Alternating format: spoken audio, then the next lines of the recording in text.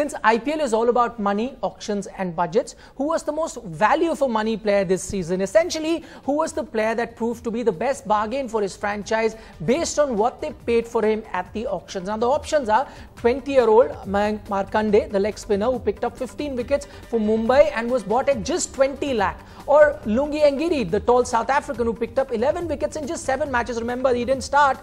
And then Chennai got him just for 50 lakh. Chris Gale, the man who almost wasn't picked at the auction, but then scored 1 century, 3 50s, and with that, in his own words, quote unquote, saved the IPL.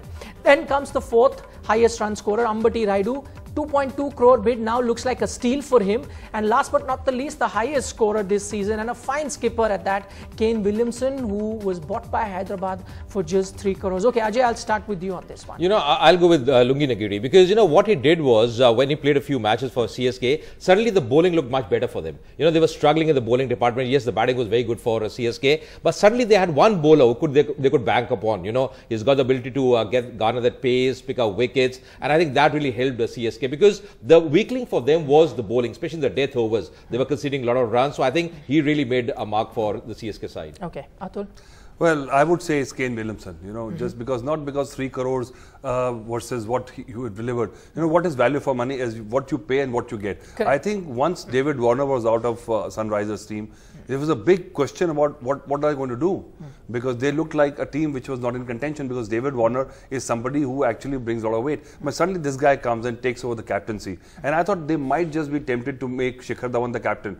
You never know. Yes. But they did not. And I think it was such a wise move because you bring in a player who's understated, you know, his demeanor. He's not in your face, you know, that some people thought in T20 you got to be aggressive like Virat unless they will not give you respect. But he has shown that how you handle your resources, how you deliver, and his performances speak for himself. For somebody who is such a correct batsman and to get these numbers, it shows that this is just not about slogging. So I think Kane Williamson was the value for money. Okay, some real smart buys there by teams, players that were bought for like almost a steal, as we're saying, but eventually went on to perform really well.